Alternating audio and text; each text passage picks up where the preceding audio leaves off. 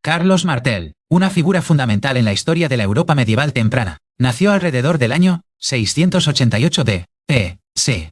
Se cree que su lugar de nacimiento fue Herstal, situado en la actual Bélgica, una región central del poder de la familia Pipínida Pontonous. Era el hijo ilegítimo de Pipino de Herstal, el poderoso mayordomo de palacio de Austrasia, y su amante Alpaída. Este estatus de ilegitimidad proyectaría una larga sombra sobre su vida temprana, y crearía obstáculos significativos para sus aspiraciones políticas. Como mayordomo de palacio, Pipino de Herstal era el gobernante de facto del reino franco, ejerciendo más poder que los propios reyes merovingios. Los monarcas merovingios de esta época, a menudo referidos como los rois faineants o reyes holgazanes, tenían un papel ceremonial con poca autoridad real. La esposa legítima de Pipino, Plectrude, protegía ferozmente la herencia de sus propios hijos y veía a Carlos Martel con profunda sospecha y animosidad. A la muerte de Pipino de Herstal en 714, Plectrude actuó rápidamente para asegurar el poder para su joven nieto, Teodualdo. Para eliminar cualquier amenaza, Plectrude hizo capturar y encarcelar a Carlos Martel en la ciudad de Colonia. El reino franco se vio inmediatamente sumido en la confusión, ya que los diversos nobles de Neustria y Austrasia se negaron a aceptar a un niño como su gobernante. Los neustrios, aprovechando la oportunidad, declararon a uno de los suyos, Ragenfrido, como su mayordomo de palacio. En medio de este caos, Carlos Martel logró un audaz escape de su prisión en Colonia, en 715. Rápidamente encontró apoyo entre los nobles de Austrasia, que estaban desilusionados con el gobierno de Plectrude y la amenaza de Neustria. Sus encuentros militares iniciales fueron desafiantes, y sufrió una derrota a manos de Radbod, rey de los frisones, un aliado de los neustrios. Sin embargo, Carlos Martel aprendía rápido, y era un estratega brillante, adaptando rápidamente sus tácticas.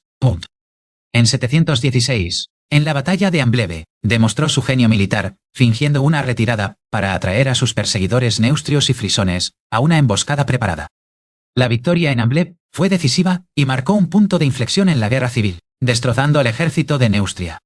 Siguió este éxito con otra victoria aplastante en la batalla de Vinci, en 717, consolidando aún más su control sobre Austrasia. Tras estas victorias, marchó sobre Colonia y obligó a Plectrude a rendirse, cediéndole el tesoro de los Pipínidas. Para el año 718, Carlos Martel había consolidado su posición como el único mayordomo de palacio de todo el reino franco-ponto. Eligió instalar a un nuevo rey merovingio, Clotario IV, como un gobernante títere para legitimar su propia autoridad.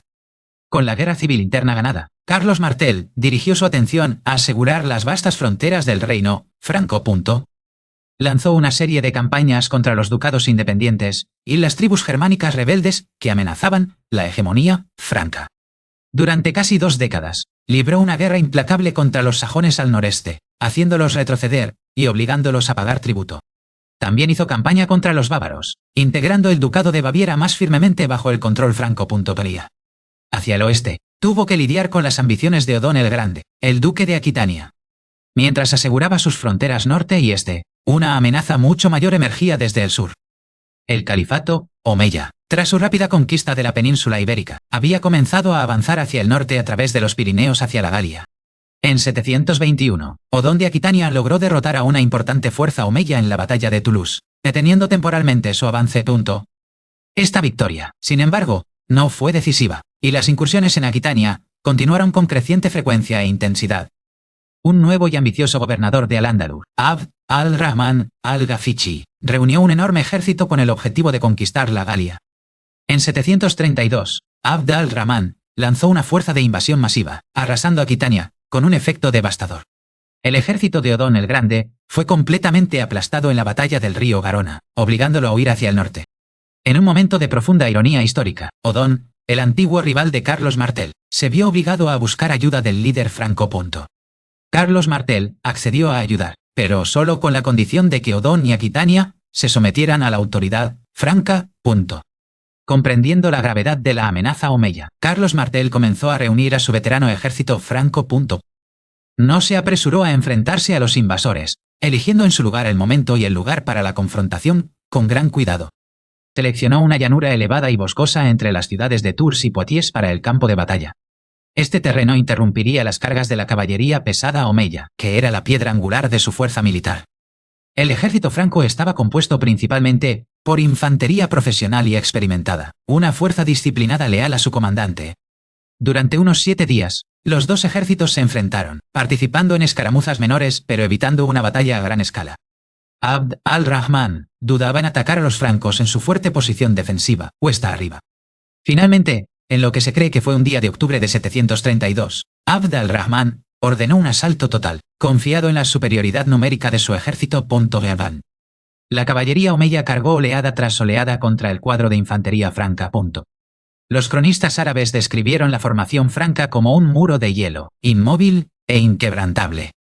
Carlos Martel luchó en el corazón de la formación, inspirando a sus hombres con su coraje personal y liderazgo. La batalla se prolongó durante horas, un asunto brutal y sangriento sin que ninguno de los lados obtuviera una ventaja clara. A última hora del día, se produjo un punto de inflexión crucial, cuando exploradores enviados por Carlos Martel asaltaron el campamento omeya. Un rumor se extendió por las filas omeyas de que los francos estaban capturando la inmensa riqueza y el botín almacenados en su campamento. Muchos de los guerreros omeyas, motivados por el botín de guerra, abandonaron el ataque para regresar y proteger su botín. Abd al-Rahman, en un intento de reunir a su ejército fracturado, fue rodeado por la infantería franca y murió. La muerte de su carismático líder destrozó la moral del ejército omeya. Al caer la noche, la lucha disminuyó y las fuerzas omeyas se retiraron a su campamento en desorden. A la mañana siguiente, los francos se prepararon para un nuevo asalto, pero encontraron el campamento enemigo extrañamente silencioso. Al amparo de la noche, el ejército omeya había abandonado su campamento y comenzado una retirada total de regreso hacia Iberia. La victoria en la batalla de Tours, también conocida como la batalla de Poitiers, fue un momento histórico en la historia europea. Detuvo efectivamente la expansión hacia el norte del califato omeya, desde la península ibérica hacia el corazón de Europa. Esta victoria le valió a Carlos Martel su famoso apodo, Martellus o el martillo, por la forma en que había aplastado a sus enemigos. Los historiadores han debatido durante mucho tiempo el significado exacto de la batalla, algunos viéndola como el evento decisivo que salvó a la cristiandad. Otros argumentan que su importancia ha sido exagerada, sugiriendo que fue una victoria significativa pero no trascendental sobre una gran partida de saqueo. Independientemente del debate, la victoria mejoró enormemente el prestigio y la autoridad de Carlos Martel dentro del reino franco. Después de Tours, fue el amo indiscutible de los francos, un verdadero rey en todo menos en el nombre. La victoria en Tours no marcó el final del conflicto con las fuerzas omeyas en la Galia. Carlos Martel dirigió más campañas en la década de 730 para expulsar a las guarniciones omeyas restantes de Septimania. Reconquistó las ciudades de Aviñón y Nimes, pero no logró tomar la ciudad fuertemente fortificada de Narbona. Sus campañas contuvieron efectivamente la presencia omeya al sur de los Pirineos, asegurando la frontera sur de su reino. Un componente clave del éxito de Carlos Martel fue su reforma del ejército franco. Reconoció la necesidad de un ejército profesional y permanente, en lugar de depender únicamente de la leva tradicional de hombres libres. Para financiar esta costosa maquinaria militar, particularmente la creación de una fuerza de caballería pesada, necesitaba vastos recursos. Carlos Martel confiscó polémicamente tierras e ingresos pertenecientes a la Iglesia para pagar a sus soldados. Esta acción, nacida de la necesidad militar, tensó su relación con la jerarquía eclesiástica, que lo acusó de sacrilegio. Otorgó estas tierras confiscadas a sus nobles leales con la condición de que sirvieran en su ejército, con su propio séquito de jinetes armados. Este sistema sentó las bases para la relación feudal entre señor y vasallo que caracterizaría a la Europa medieval. A pesar de su incautación de propiedades de la Iglesia, Carlos Martel también fue un firme partidario de la obra misionera. Proporcionó una protección crucial para los misioneros anglosajones como San Bonifacio, que trabajaban para convertir a las tribus germánicas paganas.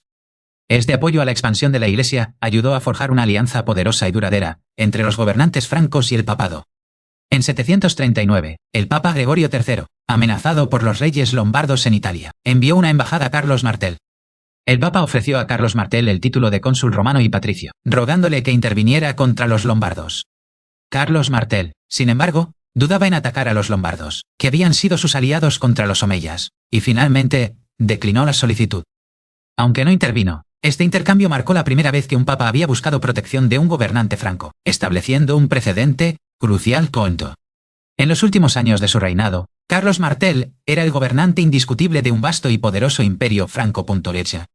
No se molestó en nombrar un nuevo rey merovingio, después de la muerte de Teoderico IV, en 737, gobernando solo durante un interregno.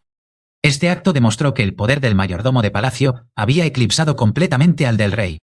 Antes de su muerte, dividió el gobierno del reino franco entre sus dos hijos legítimos, Carlomán y Pipino el Breve. Su hijo ilegítimo, Grifón, recibió solo una pequeña porción de tierra, un acto que conduciría a más conflictos después de su muerte. Carlos Martel murió el 22 de octubre de 741, en su palacio en Quercy-sur-Oise. Fue enterrado en la Basílica de Saint-Denis en París, el lugar de descanso tradicional de los monarcas franceses. Monarcas. Su legado es inmenso y fundamental para el desarrollo de la Europa medieval. Fue el padre de Pipino el Breve, quien pasaría a deponer oficialmente a los merovingios y convertirse en el primer rey carolingio. También fue el abuelo de Carlomagno, posiblemente el gobernante más famoso e influyente de toda la Edad Media. Sus reformas militares crearon el ejército franco profesional, que su nieto Carlomagno utilizaría para construir su vasto imperio. A su victoria en Tours, a menudo, se le atribuye la preservación de la cristiandad occidental de la conquista islámica, asegurando su desarrollo futuro. Consolidó los reinos francos, fracturados en una entidad política única y poderosa. Su alianza con la Iglesia, a pesar de sus controversias, sentó las bases para el renacimiento carolingio y el concepto del Sacro Imperio Romano Germánico. Carlos Martel fue un líder despiadado y pragmático, un hombre de guerra que navegó por un paisaje político brutal e implacable. Aseguró la dinastía de su familia, los Pipínidas, que pronto pasaría a llamarse carolingios en su honor. Su vida fue una de lucha constante, desde su nacimiento ilegítimo hasta las interminables guerras para defender y expandir su reino. Sin su liderazgo, el curso de la historia occidental podría haber sido muy diferente. Creó un estado estable y poderoso a partir de las cenizas del declive merovingio, proporcionando la plataforma para los mayores logros de sus sucesores. Carlos Martel sigue siendo una figura imponente, el martillo que forjó una nueva época en el corazón de la Alta Edad Media.